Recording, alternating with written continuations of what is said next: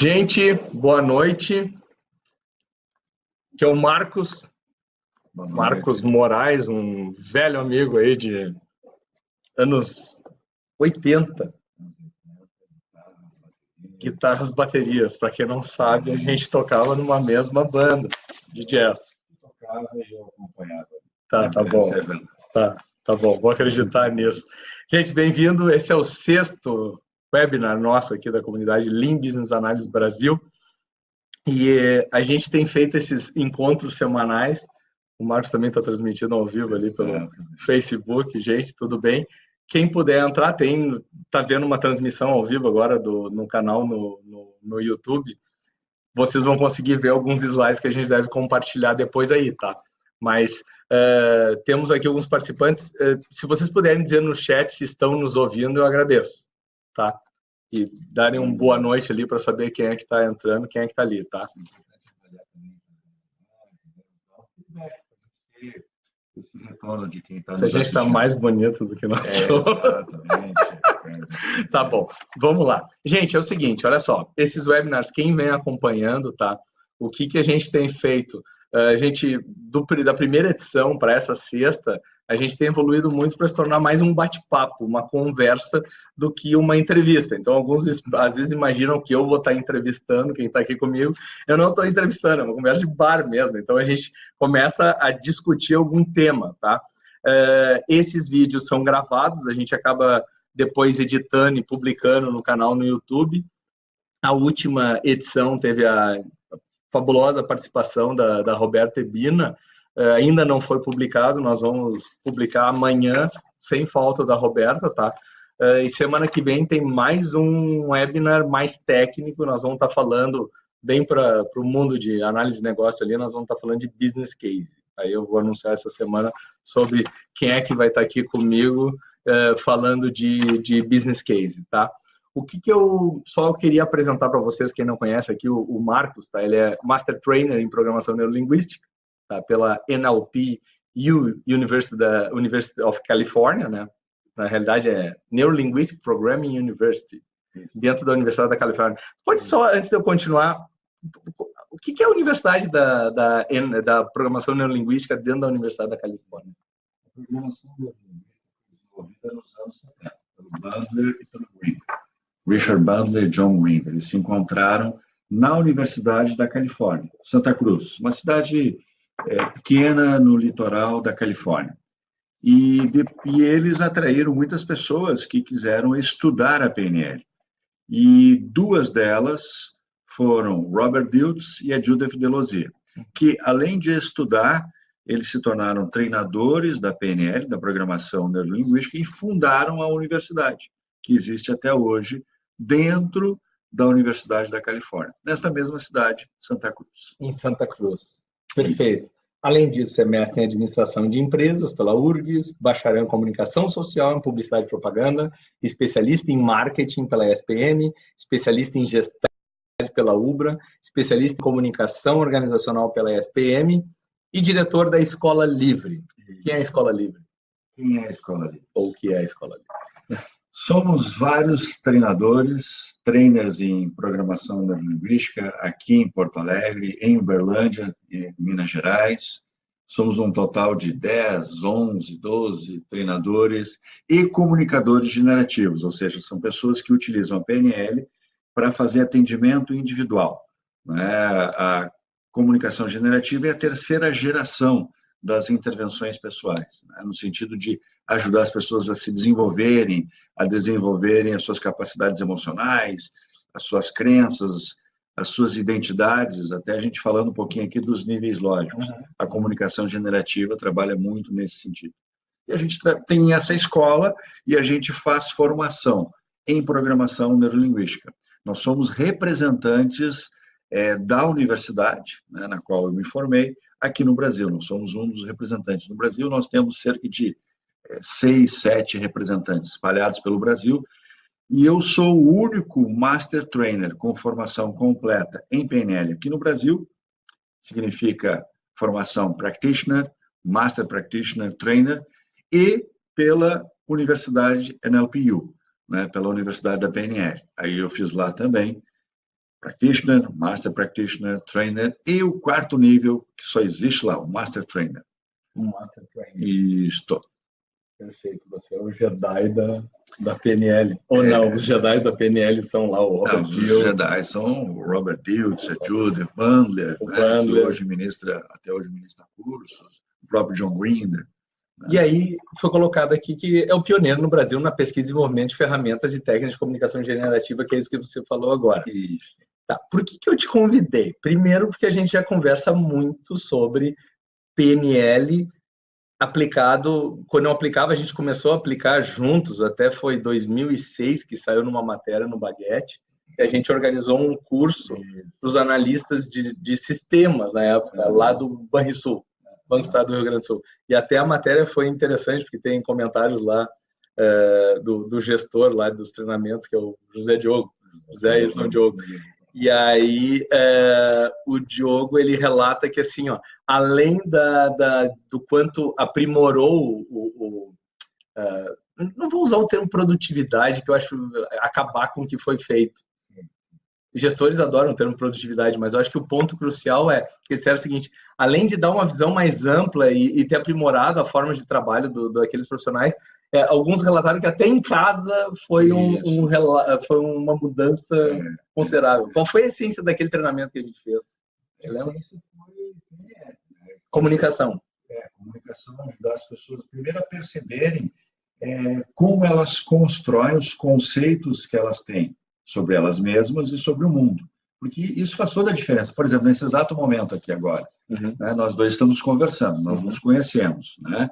Em tese, o fato da gente se conhecer fica mais fácil da gente fazer essa live, esse trabalho que nós estamos fazendo aqui. No entanto, nós não sabemos a resposta que a gente está tendo lá. A gente não está vendo pessoas. Sim. Eu sou um cara de sala de aula, né? Eu sou um cara de atendimento individual. Então, eu sou um cara de feedback. Eu preciso olhar no rosto, nos olhos das pessoas e perceber como é que a minha mensagem está chegando lá. Dado que eu não tenho esse feedback aqui, né, em tempo real, eu posso, na minha experiência subjetiva, estar criando uma série de impressões, conceitos a respeito do que nós estamos fazendo. Estamos agradando ou não? As pessoas estão gostando ou não? E, normalmente, nós vivemos isso no nosso dia a dia, essa interação entre as pessoas e o conceito que elas têm a respeito delas mesmas e do mundo é que determinam os estados emocionais e, a partir daí, os comportamentos. Então, o nosso trabalho, que perdura até hoje. Eu dou treinamento para o Banrisul, principalmente para os gestores, hoje em dia, no sentido de ajudá-los a lidar com o seu mundo e o mundo que os rodeia. E faz toda a diferença, tanto que eles continuam te contratando lá para fazer esse trabalho. Desde 2004. Desde 2004, sim, a gente começou o projeto em 2004, 2006 foi a publicação dos resultados. Exatamente. E aí eu te convidei hoje para discutir o seguinte: cultura organizacional. Como acelerar a mudança? Me alcança esse material aqui. Olha só, quem tem acompanhado o que a gente tem feito na análise de negócios enxuta, e principalmente nessa questão associada a métodos ágeis, vai observar, não sei se vocês vão conseguir ver, tá? Mas esse modelo aqui que está no site, quem está vendo aí na transmissão ao vivo, tá? E esse modelo que está no site, toda essa parte aqui de baixo que a gente tem usado são os níveis lógicos, tá? São os níveis lógicos. O que a gente colocou aqui? Que a gente quer conquistar, desenvolver um negócio incrível, porque a gente fala de análise de negócios, a gente quer desenvolver negócios incríveis. Esse é o nosso foco, que conquistem resultados incríveis, mediante pessoas e tecnologias incríveis. O que mais se fala hoje? Tecnologias exponenciais, pessoas, equipes auto-organizadas, autogerenciadas, que é o que a gente trabalha muito nesse tópico, tema chamado métodos ágeis, mas entra um outro elemento chamado experiências incríveis. Então, o ponto que a gente está defendendo aqui é o seguinte: a gestão, ela está velha, é o que está acontecendo nas empresas, é o que está sendo discutido.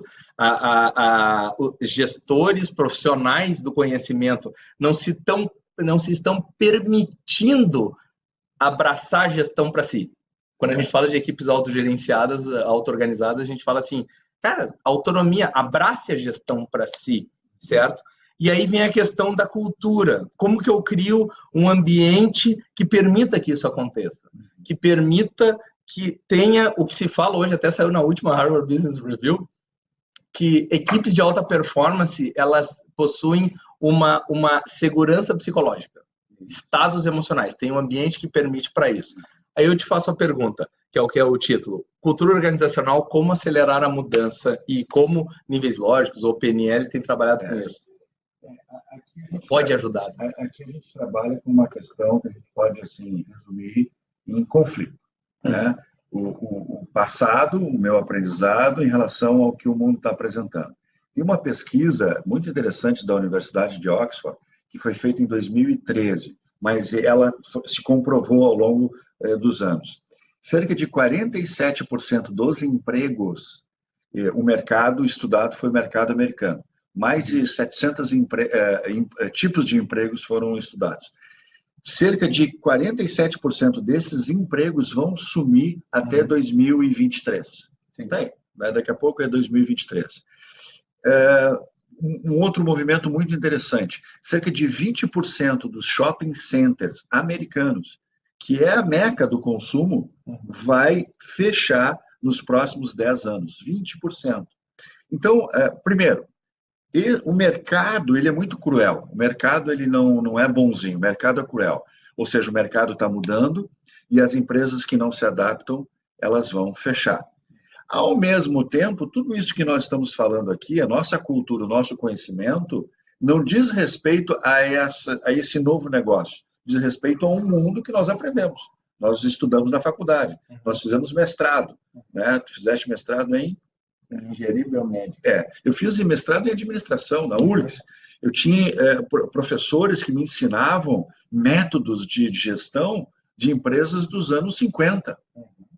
Né? Até hoje. Até hoje. Então, nesse sentido, esse é o grande conflito. Né? Como eu vou gerir e me preparar para o mundo que está acontecendo, está vindo, se o meu modelo mental foi treinado ao longo dos anos, de forma consistente, quanto tempo a gente está ali na faculdade? Todos os dias. E é pós-graduação, e é mestrado, e é doutorado, treinado por um modelo que é do século passado, se não do século XIX.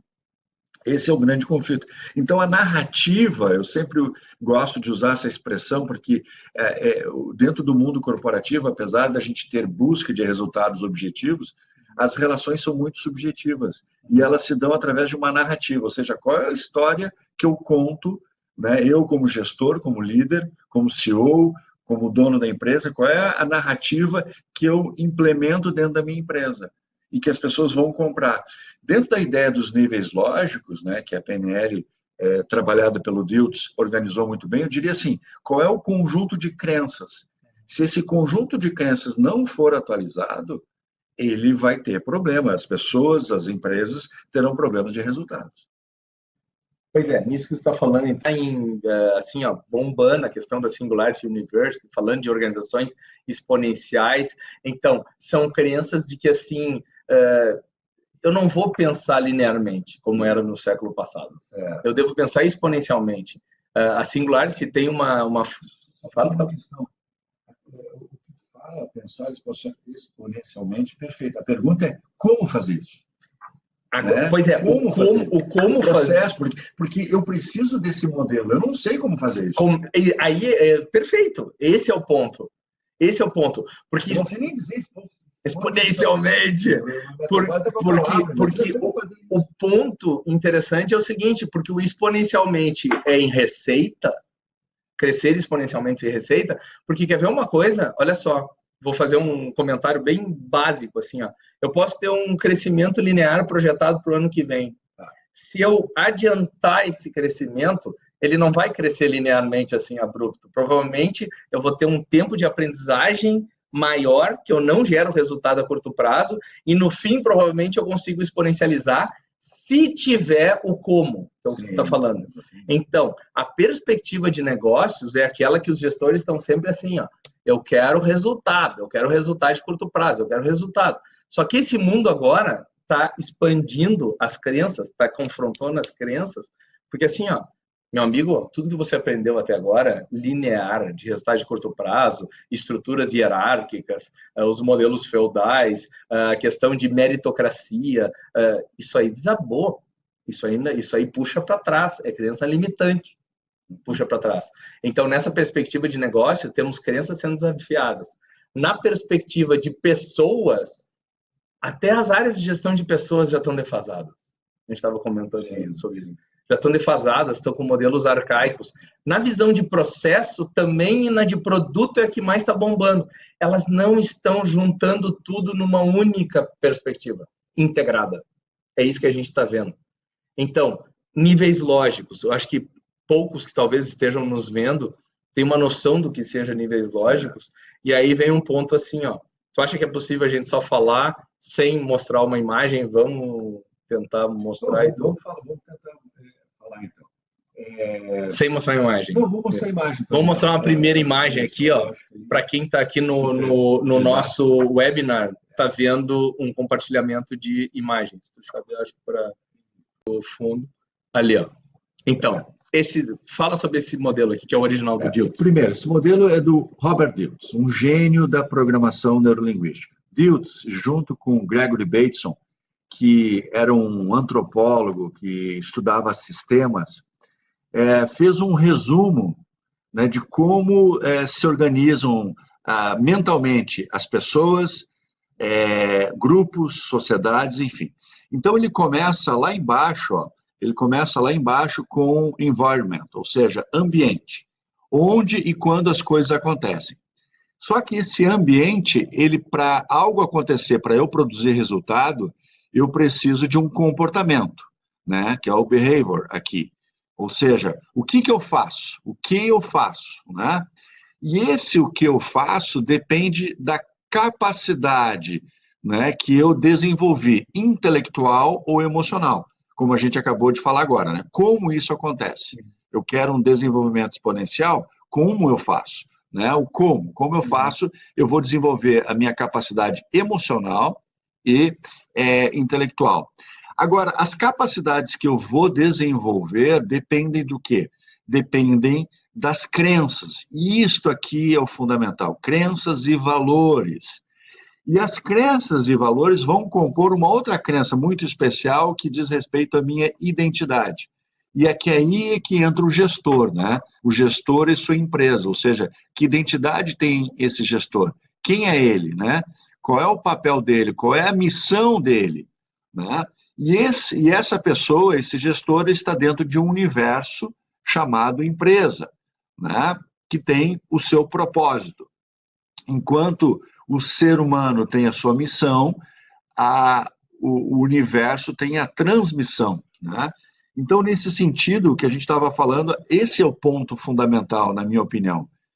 Crenças e valores. Crenças e valores é o ponto fundamental no processo de mudança de cultura. Né?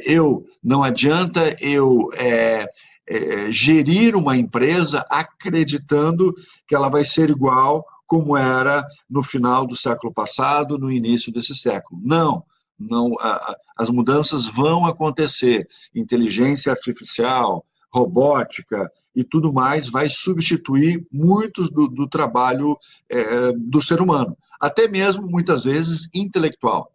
Esse é o desafio. Muito se falava sobre robôs substituindo trabalho manual. Né? Não, agora tem trabalho intelectual, inclusive de tomada. Exatamente. Então, esse é um modelo criado, desenvolvido pelo Robert Dilts, baseado no trabalho de Gregory Bateson. Show. Aí eu te faço uma pergunta. Show, porque eu adoro esse modelo aí. Há muito tempo eu curto. Emocional, certo? A questão é que eu não consigo mudar comportamentos tentando mudar o comportamento. Para de ver. Exatamente. É como se eu dissesse para a pessoa, olha só, você não se deu conta, mas você está roendo as unhas, eu quero que você pare de roer unhas. E a pessoa vai dizer, olha, é verdade, não tinha me dado conta, a partir de hoje parei. Não se muda comportamento querendo mexer no comportamento. A pergunta é, o que gera o comportamento? O estado emocional, a capacidade. Né? E esse estado emocional é gerado por alguma crença. Por exemplo, eu estou ao telefone falando com o meu cliente, eu acredito, né, pela voz dele, que ele não está gostando da minha venda, eu começo a ficar, então, ansioso, e essa ansiedade faz com que eu comece a roer as unhas. Percebe? Então, a crença, a minha experiência subjetiva, ela é a detonadora do meu estado emocional, que vai determinar meu comportamento. Portanto, percebam, se eu quero mudar comportamento, tem que mudar estado emocional. Se eu quero mudar estado emocional, eu preciso mudar a experiência subjetiva, o modo como eu dou significado às pessoas e às coisas, às minhas crenças. E aí não é fácil, sozinho. É muito difícil o cara fazer isso sozinho. Não, é possível, tem processo. É possível eu perder peso sozinho, é possível me alimentar bem sozinho, é possível me tornar uma pessoa mais tranquila, mais confiante. Não, isso é possível, sim. Claro, tudo na vida do ser humano é treinamento. Por isso a programação neurolinguística ela é um treinamento. Né? Seja individual, seja em grupos, em equipes, eu preciso... E o ser humano aprende por repetição. Eu te faço essa pergunta porque eu tenho visto o processo muito demorado, ou quase, não vou dizer impossível, impossível é uma expressão limitante, mas muito difícil, uma organização, time, porque times, grupos de pessoas são sistemas complexos, mais complexos que o indivíduo só. Então, times mudarem sozinhos, assim, agora vou me auto-organizar, agora a empresa que sempre foi tomando controle, agora vai se mudar. Então, esse é o ponto que eu vejo assim, ó, não funciona. Precisa de um comunicador aqui. Vou me apropriar do nome de vocês, um comunicador generativo aqui. Ou seja, precisa de um comunicador, um facilitador que consiga conduzir, apontar um caminho, mas não é dar a resposta, é fazer as perguntas difíceis, fazer perguntas que ampliem o modelo mental dele. Exatamente. A questão é o seguinte, de novo, eu vou continuar fazendo aquilo que eu sei fazer, certo? Então, falando de cultura de empresa, se eu aprendi a fazer daquele jeito, é daquele jeito que eu vou continuar fazendo. Ponto. Então, se entra um consultor na empresa e ele apenas oferecer uma teoria, né, que não gruda na cultura da empresa, a empresa vai continuar fazendo aquilo que ela sabe fazer, mesmo que no médio e longo prazo isso traga prejuízo para a empresa. Sim, porque é o que eles aprenderam a fazer aquilo. Exatamente, exatamente. Ter resultado negativo. Por isso que se fala em choque de cultura, né? Essa expressão choque de cultura, ou seja, alguma coisa precisa acontecer. Às vezes é uma visão. Sim. Né? Ou seja, vamos transformar o nosso negócio, que era físico, em negócio online. Como fazer isso? Pronto, eu começo a dar um choque de visão. Né? Só que o ser humano ele precisa de modelo. É muito desafiador você conseguir mobilizar uma equipe se você não oferecer um modelo. Por isso a gente busca modelos de empresas que foram bem-sucedidas em determinadas mudanças, né? Para mostrar o modelo. Mas aí o modelo também pode ser uma faca de dois gumes, como diz. Por que eu te digo isso? Porque eu vejo assim, ó, às vezes eu estou trabalhando com algum cliente ou entrando em alguma empresa, a primeira coisa que eles querem é assim, vamos fazer benchmarking, eu quero ver como é que aquela outra empresa fez. Eu disse, olha, meu amigo, tá bom, você vai ver, mas cada empresa tem uma particularidade quando mexe em crenças e valores. Tem a ver com a liderança, com o fundador, tem a ver com a sua cultura. Ou cultura, nesse ponto, como diz o Shine, assim, artefatos, normas, valores, pressupostos, são essas crenças. Quer ver uma coisa, Luiz? Eu gosto de usar metáforas. Sim. Vamos pensar em alguém que começa a querer aprender a falar inglês, certo? Por que as pessoas começam a querer aprender a falar inglês? Porque o trabalho delas exige, porque elas veem um filme e elas pensam, puxa, como seria bom poder ver esse filme sem legenda, sem dublagem, certo? Ou seja, aquele modelo apresentado, aquele americano do filme, serve de modelo para quê? Para eu me motivar. Aí eu vou para a escola, eu vou para a aula de inglês. Sim. Na primeira semana eu consigo dizer, the book is on the table. Uau, olha só, não dizia nada, agora eu digo alguma coisa em inglês. Na segunda semana, continua a mesma coisa. Na terceira semana eu continuo estudando inglês e ainda não vejo filme sem legenda. Percebe que o modelo que eu vi ali na TV serviu para me motivar, mas ele não pode servir para me manter. A partir daí, perfeito. Eu é que tenho que ser o modelo. Eu espero que quem esteja ouvindo e vendo isso tenha um insight sobre esse ponto. Porque o que acontece assim, ó, o que está acontecendo no mundo de tecnologia da informação hoje? Estão todos desesperados copiando o modelo da Spotify. Que é um modelo, alguns dizem, mas é matricial. Não, não é matricial. Mas aí outros dizem assim, tá, mas o que a gente já falava antigamente de equipes auto-organizadas, agora deram o nome de squads, tem as tribos, as guildas, ou não sei o quê. Cara, as pessoas estão querendo copiar até os termos. Onde você entendeu o que eles fazem para te inspirar para a mudança, perfeito. É isso que eu... É legal isso. O modelo serve para inspiração. Eu vejo um atleta, legal, vou começar a fazer aquele esporte. Agora, se eu continuar me comparando com aquele atleta, logo ali eu vou me desmotivar. Tu vai te frustrar. Porque aquele atleta chegou naquela performance porque ele está há 10 anos fazendo aquilo. Sim. Né? Então, a partir daí, eu é que tenho que ser o meu próprio modelo. Se eu estou aprendendo inglês, eu quero saber o seguinte, hoje eu aprendi uma palavra diferente de ontem, então eu evolui. Perfeito. É o que a gente faz hoje nessa questão de melhoria contínua. Toda semana tem que ser melhor que a anterior, ou pelo menos um mês melhor que a anterior. Perfeito.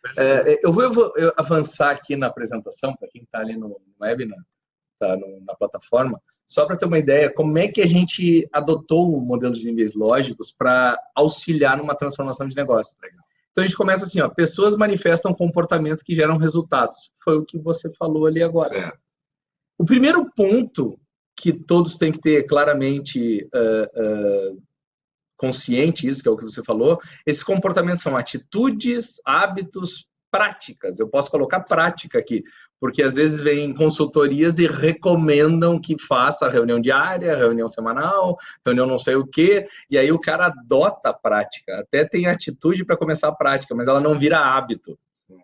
E aqui começa a frustrar todo mundo, porque aí não gera o resultado esperado, porque ele queria que estivesse rodando aquela prática. Aí, como você falou, eu dou o remédio dizendo, faça outro comportamento. Sim. Ele quer mudar resultado e dar ordens em comportamento, né? O que a gente enxerga aqui também? Esses resultados podem ser bons ou ruins, mas em função das suas experiências. Subjetivas. Então, tem muita gente que se maltrata e diz assim, eles não estão rodando as reuniões diárias, mas o cara está dando um baita resultado, os caras estão felizes, o cliente está satisfeito. Então, ele tá pegado ao como. Esse é o ponto que a gente coloca aqui. Se a gente evoluir no modelo, só que aqui isso aqui faz parte de ambiente, né? Empresas contratam pessoas. Para quê? Porque elas se interessam por resultados e contratam pessoas para gerar resultados. Esse é o ponto. Aqui começa uma coisa bizarra, que a gente começa a ver um antipadrão nas empresas, olhando para níveis lógicos. Eu te contrato pelo currículo, e aí, quando eu te boto dentro da empresa, eu te pedi, eu quero todos pensando fora da caixa. Sim. Eu quero todos agindo diferente. Aí eu te contrato, boto dentro da empresa e não te deixo trabalhar. E digo que você tem que seguir o nosso manual de conduta, o nosso ambiente.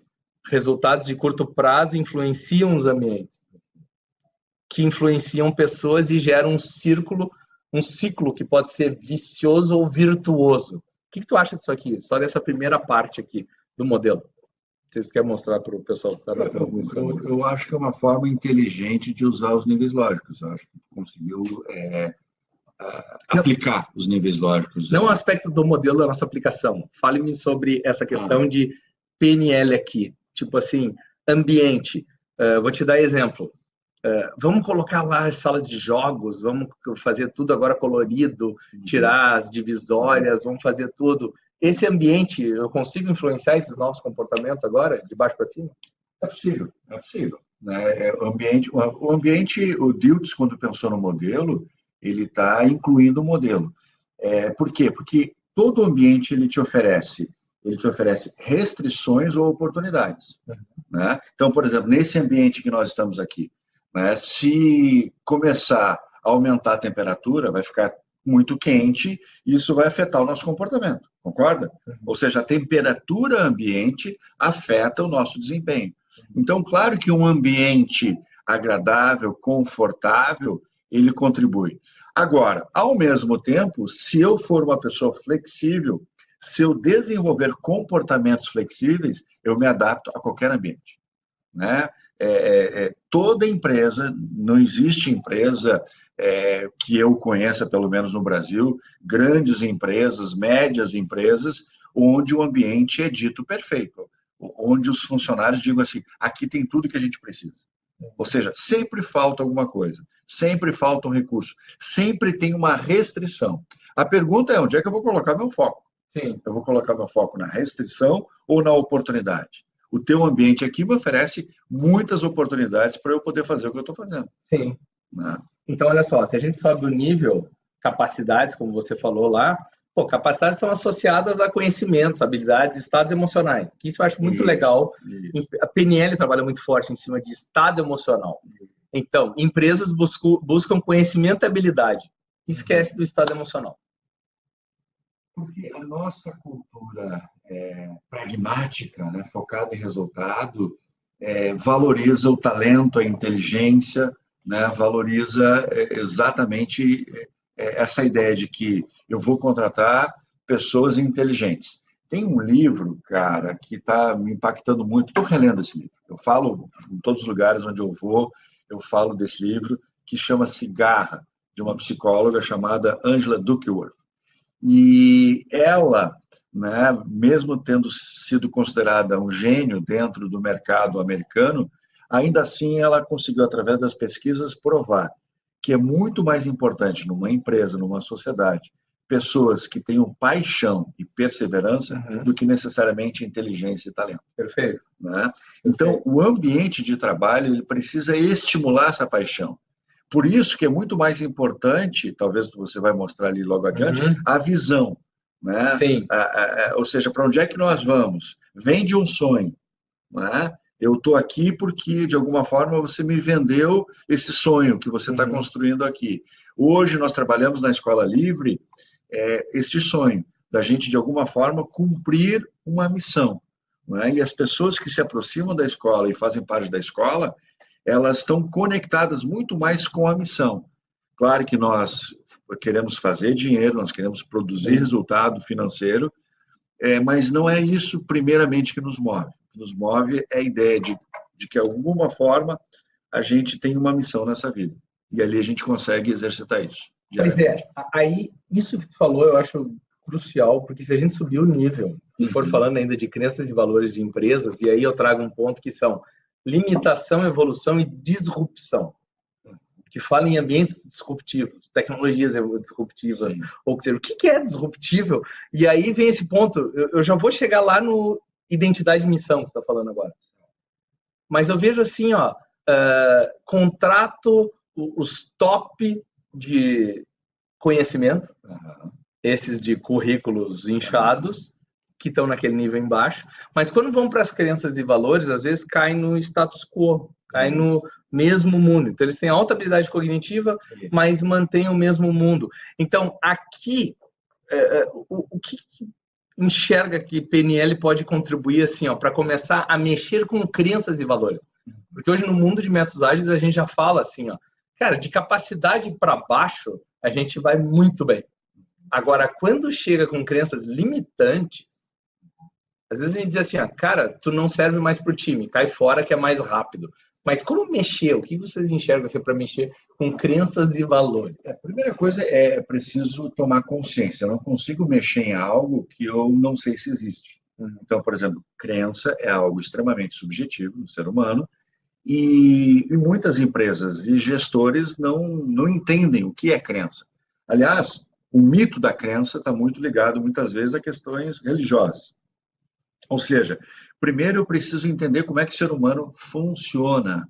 O ser humano funciona baseado naquilo que ele acredita. Eu levanto da cama porque eu acredito que vale a pena levantar da cama. Eu vou até o meu trabalho porque eu acredito que vale a pena ir até lá. Eu não sei exatamente o que vai acontecer, mas eu acredito.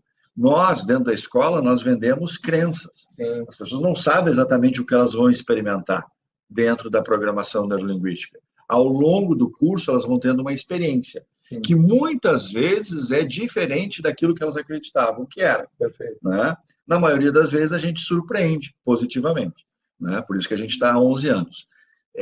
Agora, é importante eu me dar conta, é importante o gestor perceber que crença é fundamental. Eu preciso, junto à minha equipe, perceber que crenças tem essa pessoa, em que ela acredita, né? O que ela busca. Aí eu vou encerrar essa apresentação para voltar para nós aqui, porque é muito chato ficar só a apresentação o tempo inteiro. Mas assim, ó, identidade e missão fortalecem crenças e valores, certo? Então esse é o primeiro ponto que eu vejo pessoas não assumindo o seu papel dentro da organização e essa missão. O que é meu? Como diz um gestor amigo meu, o que está no meu prato que é meu aqui, ó? Que eu tenho a responsabilidade que eu tenho de provocar mudança. Aí é um grande risco, porque eu assumi um papel, mesmo que você me dê esse papel, eu estou correndo o risco de te frustrar. Sim, mas, por exemplo, se eu sou um líder de produto dentro da empresa, então, eu espero de ti que lidere toda a gestão de produto. Eu não fico esperando. Eu espero que você seja facilitador. Quando eu falo lidere a gestão de produto, eu não estou imaginando comando e controle. Eu estou imaginando que você influencia. Existe um abismo entre nós. Se tu é meu gestor e tu espera que eu faça determinada missão, primeiro, provavelmente tu não te comunica tão claro. Certo? Segundo, eu vou interpretar do jeito que eu quiser interpretar aquilo que você quer. Terceiro, ainda assim tem uma questão chamada confiança. Será que eu confio em mim? Perfeito. Será que eu confio na minha capacidade de entregar os resultados que você espera? Será que eu confio no meu time?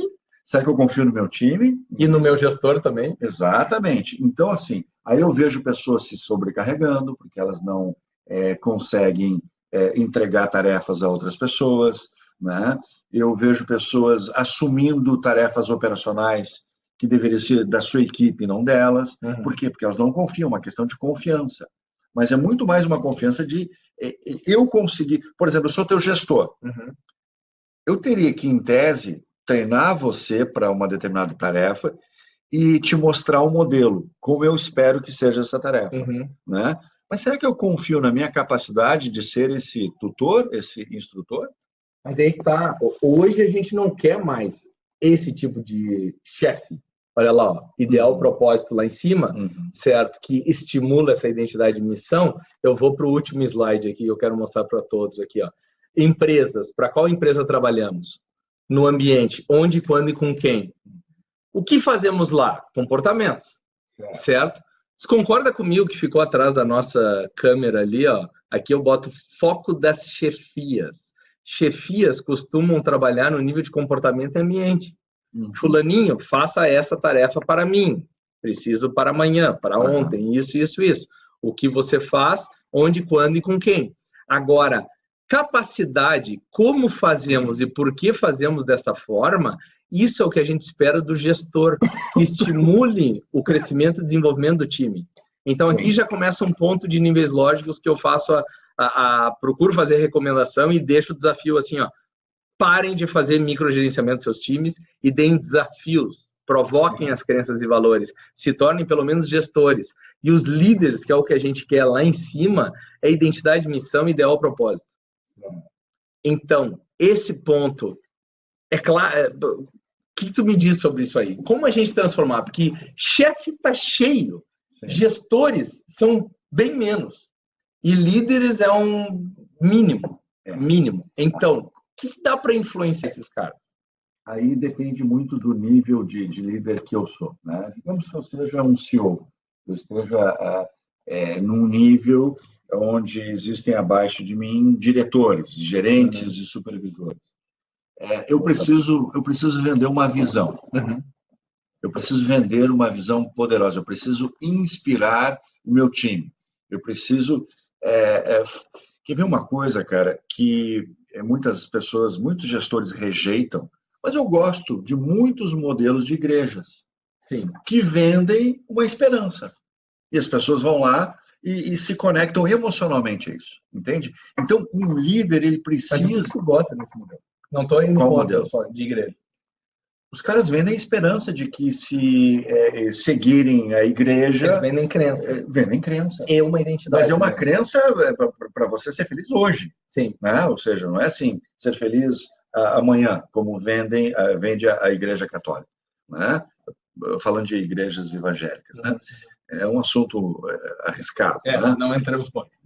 Okay. Mas a ideia é essa, ou seja, vender uma ideia, amigo, vender um sonho. Né? O Walt Disney fazia isso muito bem. Né? Então, assim, vamos vender um sonho de transformação. É isso que a gente faz todos os dias na escola, né? De vender para a nossa equipe, para nós mesmos e para as pessoas que se aproximam de nós, a ideia de um mundo melhor. O dia que, por exemplo, dentro do país, dentro do Brasil, eu acreditar, cara, que nós não temos mais nenhum papel, não temos uma missão, e eu não conseguir vender isso para as pessoas, eu estou fora, eu vou para outro país, vou para outro lugar. Então, eu acho que o CEO, ele tem essa missão. Quando você desce a níveis de gerência, aí tem uma questão desse gestor, desse gerente, desse supervisor, ele treinar pessoas. Para mim, o conceito de líder coach, o líder comunicador generativo, que é o que nós estamos usando, para mim, é essa ideia. Ou seja, eu preciso, de alguma forma, preparar essas pessoas. Ter uma visão de educação. Eu, como líder, sou um líder educador, acima de tudo. E, pelo menos, como gestor, você faça isso. Saiba que tem que desenvolver continuamente. Agora, a pergunta é, será que eu me sinto capaz para isso? Será que, se eu entrar nesse viés, eu não vou sentir medo de não entregar aquilo que tu espera, que eu forme líderes? Será que não é mais fácil eu modelar os modelos antigos e me tornar chefe? Que manda, que grita, que bate e que faz as pessoas trabalharem? Porque o modelo antigo, a meritocracia, você cresce se você der resultado. Isso. Esse é o ponto. E aí o ponto, quando a gente fala, principalmente nessa cultura de ágil, que a gente provoca muito, assim, ó, para quem não tem ideia sobre esse modelo aqui, tá? Que vão na página que tá Modern Agile Business Analysis Model, tá? Essa raia azul aqui, ó, a gente faz dicas de gestão ágil, tá? Associada aos níveis lógicos na cultura. O que saiu numa Harvard Business Review? Não tem como mexer na cultura da organização. É meio etérea. A cultura é o quê? São as crenças. Eu mexo no quê? Eu consigo mexer na operação, na gestão. A cultura é reflexo do que acontece. Vamos resolver uma metáfora sobre cultura. A cultura é a água do peixe, no aquário. Né? O peixe está dentro do aquário, está dentro da água, mas ele não vê a água. Né? Mas a água é que sustenta ele. Sim, né? É a água que sustenta.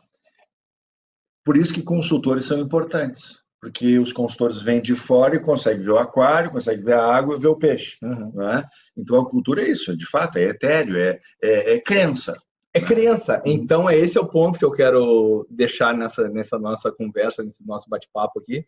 Tem mais 15 minutos.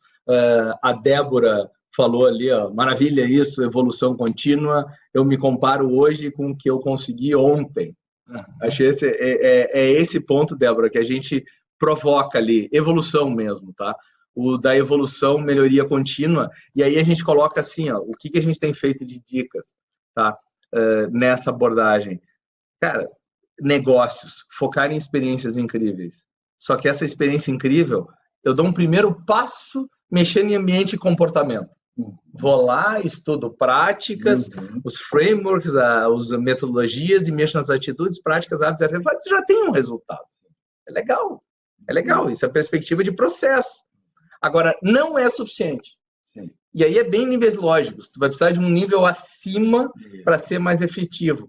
Qual é a iniciativa que você tem hoje na organização que vai suportar e defender aquilo ali? E a iniciativa de desenvolver capacidades organizacionais.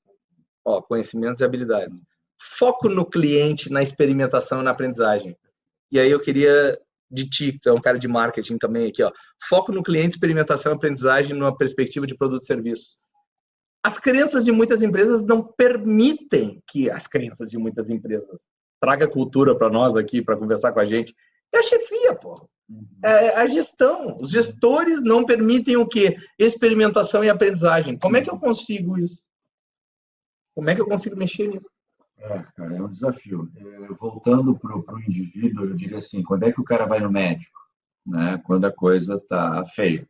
Uhum. Né? Quando é que ele começa a pensar em fazer dieta? Né? Quando ele tem um piripaque, não é isso? Uhum. Não é isso? Tô falando, AVC. Ou seja, eu acho que a dor ensina, acho que a dor avisa, eu acho que as empresas cada vez mais, pela velocidade das mudanças, vão sofrer. Eu sempre digo isso, o mercado é cruel.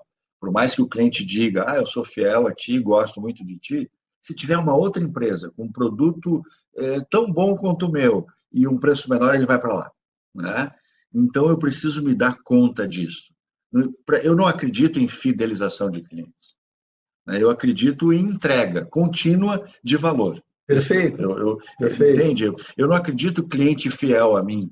Né? E acho que não deve ser assim. Eu acho que o cliente que não estiver satisfeito com o meu produto, com o meu serviço, ele tem todo o direito de procurar algo melhor ou mais barato, independente do que ele queira. Então, nesse sentido, a dor vai ensinar. No momento que eu começar a perder cliente, no momento que eu começar a perder negócio, no momento que eu começar a fechar unidades, antes eu trabalhava com 40 pessoas, hoje eu estou com 5 pessoas, meu faturamento caiu, aí a dor vai ensinar. Aí a dor vai ensinar. Acho que aí os gestores vão começar a se movimentar. Gente, temos 12 minutos. Se alguém quiser fazer alguma pergunta ali pelo chat, que tiver ali no webinar, a gente está observando aí, tá? Enquanto isso... Aqui na live também, eu acabei aproveitando, e se alguém quiser fazer alguma pergunta, talvez tenham feito anteriormente, eu peço desculpa. A gente não está enxergando. Para quem fez alguma pergunta antes, se fez, a gente não viu porque a gente estava no bate-papo, mas a partir de agora o Luiz, então, está abrindo para perguntas.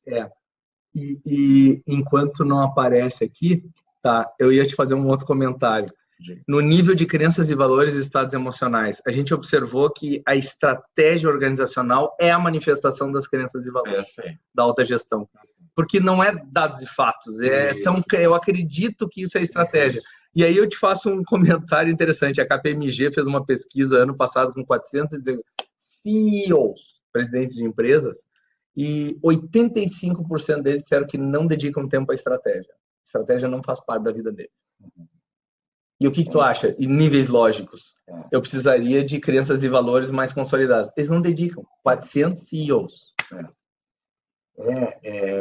Aí é que está, né? Por isso que é importante a gente separar muito bem o nível operacional, mesmo que seja um modelo antigo, no nível operacional, nível gerencial e nível estratégico. Ou seja, o CEO, ele precisa tempo para desenvolver a sua narrativa. O CEO precisa se dar conta que ele é um comunicador. O CEO precisa fazer live. Né? O CEO precisa mandar vídeo, precisa mandar WhatsApp. O CEO precisa carregar a empresa de informações, de comentários, de opiniões, para impactar os seus funcionários diariamente. Né? E isso movê-los. Né? Isso, para mim, é estratégia. Você sustentar a narrativa. Né? Pelo menos de cenário atual, que é o estado atual da PNL, estado desejado e a estratégia da transformação. Exato. Onde é que nós vamos? Porque se a gente pensar assim, 3 pontos fundamentais do processo de mudança da PNL. Primeiro, definir onde é que se quer chegar. Onde é que eu quero chegar? Seja com a minha empresa, com os meus negócios, com o meu peso, né? Seja com o meu estado emocional. Quero ser um cara mais confiante. Onde é que eu quero chegar? Segundo, quais as evidências que vão me dizer que eu estou indo na direção do que eu quero ou não? Né? Evidências. É fundamental algo que eu possa ver, que eu possa ouvir ou sentir. E caso eu não esteja atingindo o meu objetivo, não esteja no caminho, na velocidade, eu preciso de flexibilidade para mudar a estratégia. Porque a estratégia anterior está me dizendo, através das evidências, que eu não estou atingindo o meu objetivo. Né? Esses 3 pontos são fundamentais para o processo de mudança. E aí, no último nível, a gente coloca... Porque isso aqui... O Hector aqui, ó. O desafio sempre é conosco. Parabéns por tanta coisa importantíssima. Que legal, obrigado, Hector. Legal, Hector. Valeu. É isso aí, cara. Então, assim, ó, o que a gente coloca no último nível desse modelo aqui? Por que Modern Agile? Joshua Kerievs, que é um cara bem influente no mundo de métodos ágeis, e ele criou um modelo de tipo... A gente sempre fala que a origem de tudo são as pessoas e o foco são em pessoas e métodos ágeis. Só que o Modern Agile, ele começou a colocar o seguinte, cara, não é só indivíduos e suas relações são mais importantes que processos e ferramentas, suas interações, né? São mais importantes que processos e ferramentas. Ele diz assim, make people awesome. Eu quero como é que eu torno as pessoas incríveis. Então, nessas pessoas incríveis, gente, o que a gente tem visto? Por isso que o Modern Agile Business Analysis não é com processo e ferramenta só, é na liderança, é na inspiração, transformação e confiança, o que você me falou aqui. Ó, o horizonte da liderança. É propósito, é identidade e missão. Nesse sentido, é fundamental. As pessoas mostram aquilo que elas têm de melhor quando elas estão bem. Sim. Né? Então, as pessoas ficam mais gratas, elas compartilham mais, elas colaboram mais. Né? Então, é fundamental que eu me sinta bem onde eu estou, fazendo o que eu quero. Mas aí, cabe aos líderes perceberem as pessoas, colocarem as pessoas no lugar certo, aonde elas desejam, desafiarem as pessoas a fazerem tarefas diferentes, no sentido de missões. Não tarefas, missões. Exatamente. Porque tarefa a gente está lá embaixo, no comportamento. Legal. Tá. Mais 7 minutos aí, porque a gente termina às 9 aqui em ponto. O Daniel Pink, no livro Motivação 3.0, lá ele fala assim, no final, profissionais do conhecimento, eles se motivam por 3 coisas, em essência, assim. Na verdade, nem são só profissionais do conhecimento, ele fala em geral, mas eu vejo assim, profissionais do conhecimento se motivam por, primeiro, um propósito relevante. E para vocês que estão nos ouvindo aí, ó, se forem ler o livro Organizações Exponenciais, vocês vão ver que todas as organizações exponenciais, crescimento exponencial do século XXI, elas têm um propósito transformador massivo. O massivo é porque, assim, ó, o nosso propósito não é atender o cliente, não é atender bem, não sei. Não, nosso propósito é mudar o mundo, a forma como se transportam, a forma como se alimentam. É esse ponto que eles estão na discussão. E o massivo é porque tem várias pessoas vindo. Então, é isso que eu quero dizer, gente. Assim, ó, século XXI, gestão, propósito, tá lá em cima em níveis lógicos. E o cara chega a dizer, o recrutamento e seleção chega a tender a 0, porque as pessoas vêm bater na tua porta porque elas querem trabalhar contigo, porque tu quer mudar o mundo. O segundo elemento é maestria. A velha história do Steve Jobs e o executivo da Pepsi. Né? Sim. Ele chega lá e diz para o cara, vem cá, você vai continuar querendo aí vender xarope açucarado, né? Ou você quer vir comigo e mudar o mundo? É isso aí. Né? E esse foi o argumento-chave para ele trazer o executivo da Pepsi, que depois demitiu ele. Exatamente. Mas, enfim, né? Mostra assim, como o propósito ele é poderoso. O propósito é poderoso, é o que tem movido todas essas grandes organizações. E aí a gente vê o segundo elemento lá que ele fala, é uma maestria.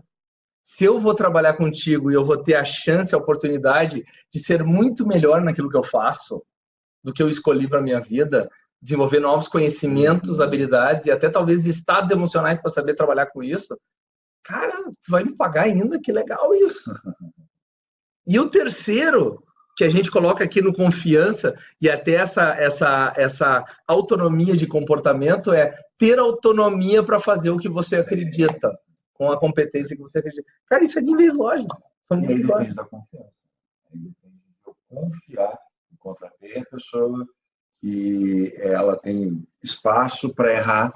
Né? Não existe uma empresa criativa se não tiver espaço para errar. Sim. Concorda? Sim. Ou seja, aonde o erro significa punição dentro de uma empresa, é óbvio que eu não vou me arriscar. E não me arriscando, eu não vou aprender a testar coisas diferentes. Então, é fundamental eu ter espaço, confiança de que eu posso experimentar, eu posso testar coisas novas e, obviamente, eu vou acabar errando no meio do caminho. Perfeito. Marcos, te dou, não tem mais perguntas aí, eu te dou os minutos finais aí para tu fazer algum comentário aí sobre esse nosso papo, sobre essa questão de níveis lógicos, o que quiser falar aqui sobre mensagens aí. Cara, primeiro assim, conversar contigo é sempre um prazer, a gente sempre teve grandes papos, grandes conversas, nós gostamos de negócios, Nós gostamos. Te agradeço ajudar a montar isso aqui. Nós muitas discussões de desenvolver. Eu já disse para ti, cara, patentei esse esquema aqui, esse modelo do Luiz aqui é muito inteligente e ao mesmo tempo simples, né? Ao mesmo tempo ele é didático, né? Para ajudar os gestores. E, enfim, cara, eu acho que hoje, cada vez mais, a programação neurolinguística está sendo aceita dentro das empresas, né? A PNL ainda ela esbarra em muitos mitos, muito preconceito, o que é natural, né? E acho isso muito natural. Ao mesmo tempo que os resultados que a PNL já começa a produzir ao longo dos anos, seja através dos trainers da Escola Livre, ou seja através de trainers de outras escolas, né, no Brasil, que são muito sérias da mesma forma, a gente já consegue, de alguma forma, respeito pelas empresas, e, nesse sentido, fico muito grato de ter essa oportunidade de falar para o teu público, para os teus colegas, para os teus parceiros aí do mundo da TI, que é um mundo que vem utilizando muito a PNL, né? Muitas das tuas indicações, dos teus amigos, colegas da área de TI, alunos, né, estão indo lá para a escola para estudar profundamente um pouco mais a programação neurolinguística. Para mim é mais uma oportunidade de falar para eles. Gente, muito obrigado mais uma vez. Eu agradeço a presença de quem ficou até agora aí nos assistindo. Essa semana a gente deve tentar publicar amanhã já, não só o da Roberta, mas publicar esse do Marcos também amanhã no canal lá no YouTube. O Nelson lá, show, sempre revendo conteúdos e aprendendo cada vez mais. Valeu, Nelson. É isso aí. Então, assim, ó, vão lá no YouTube, coloquem Lean Business Analysis Brasil, vocês vão achar lá os nossos vídeos e esse aqui também vai estar lá, tá? Muito obrigado, boa noite, valeu mais uma vez a amizade aí e a parceria. Tchau, gente. Um abração. Valeu. Tchau.